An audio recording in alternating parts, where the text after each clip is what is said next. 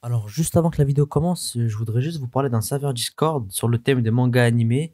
Il y a une ambiance vraiment très conviviale, le staff est très à l'écoute, et je vous invite à aller faire un tour, le lien sera en description. Wesh les otaku, c'est Bouya, aujourd'hui on va parler de Jiraiya. Jiraiya a laissé une marque importante sur l'histoire du manga Naruto, connu pour être l'un des 3 Sannin légendaires.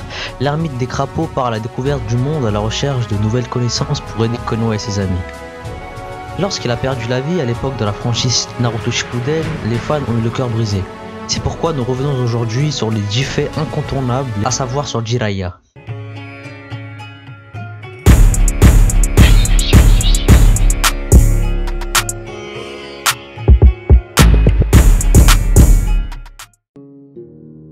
Dans le manga, on ne sait pas exactement quand Jiraiya a commencé son entraînement avec les crapauds et a entrepris un contrat d'invocation avec eux. L'anime cependant propose quelques épisodes de remplissage pour donner un peu plus de recul au voyage de Jiraiya. Lorsque Jiraiya a essayé d'invoquer un animal sans contrat lui liant à eux, il a été transporté au mont Myoboku.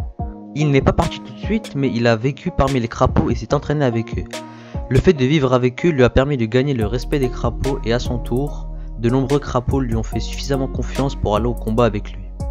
Il a pu bénéficier de l'aide de plusieurs crapauds différents au lieu de se fier au contrat avec un seul. Bien que la plupart des histoires de Jiraiya aient été inspirées par sa quête de Tsunade et ses escapades romantiques, ce n'est pas ce qui l'a poussé à écrire au départ. Jiraiya a plutôt été inspiré par l'un de ses étudiants. Le premier roman de Jiraiya, l'histoire du courageux shinobi, a été inspiré par Nagato. Nagato voulait rendre le monde meilleur tout comme Jiraiya, et tout comme le personnage principal de son livre. Il a nommé le personnage Naruto au lieu de Nagato, et le nom a fini par être transmis à son filleul, même si le livre n'était pas un best-seller. Le titre de Sannin légendaire inspire le respect et la crainte dans l'univers Naruto. Jiraiya, Orochimaru et Tsunade ont gagné ce titre lorsqu'ils ont travaillé ensemble une dernière fois pendant la deuxième grande guerre ninja.